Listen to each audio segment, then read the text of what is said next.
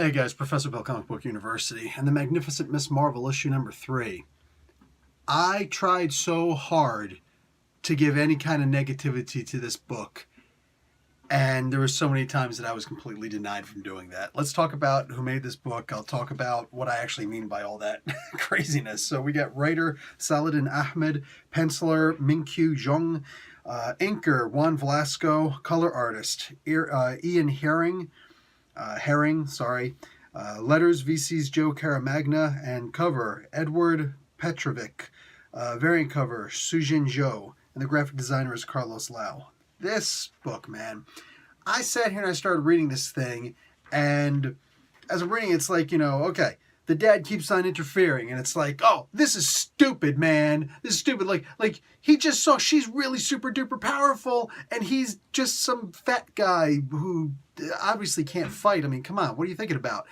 And I'm like, this is just dumb. Why do they keep doing this? And then it's like a couple pages later, I just saw you use your powers. I just learned you have powers. Like, oh yeah, he did also just learn. She's still the little girl who's a little bit freaky all of a sudden. But like, okay, so that makes sense. That makes sense. But then later on, it's like, she keeps on wanting to fight these guys because whatever. And then they go and explain that later. And then something else happens. It's like, oh, this was just dumb. The very next page, they explain it. And I'm like, oh, that's actually pretty smart. Yeah, I was completely denied from having any real criticism about this book. Anything. Literally, the biggest thing that I could try to criticize this book for right now is that mom was dumb enough to say, hey, super-powered daughter, how about you take me and dad with you to this alien planet where you're supposed to defend the people? And it's like, yeah, but don't I always say I really want more parentage in the books, especially with young superheroes? One of the tropes that we always consistently have in the comic books is that the parents are dead. Okay, with Captain America it makes sense because, they're not going to live that long. But I mean, you get so many times where it's like, oh yeah, the parents are dead, there are no parents, no, there is no parent. I'm going to visit my parents, but they're pretty much dead to me, it doesn't matter, whatever. Yeah. And here we've got her parents acting like parents. Is there no end to this book being good? I'm just consistently impressed by the way that Saladin Ahmed is able to bring a great story to bear and take all the strengths of a character and just make it better.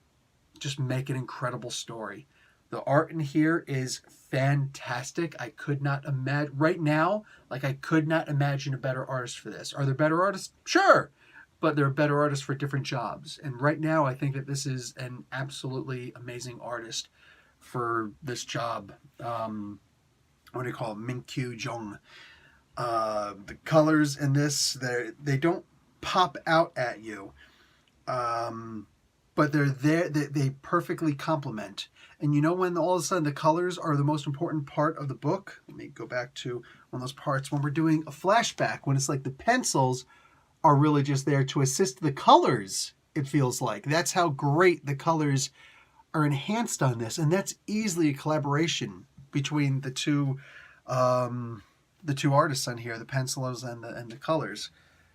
Fantastic job on this. Every single thing about this comic book, even the story where it just seems so, no, you're the destined one because blah, blah, blah, blah, blah. And then you realize there's something even better about the book. This was good. God, this was a good book. This is a solid comic book, man. Oof. Anyway, guys, I really hope that there are more people reading this. I hope that at least when other people are reviewing this comic book, there are more viewers out there.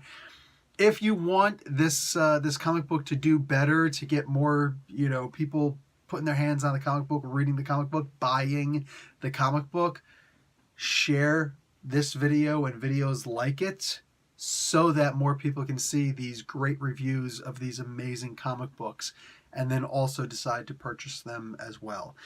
You can't always rely on the trades being able to save a comic book's existence. Sometimes you have to try and save the comic book itself.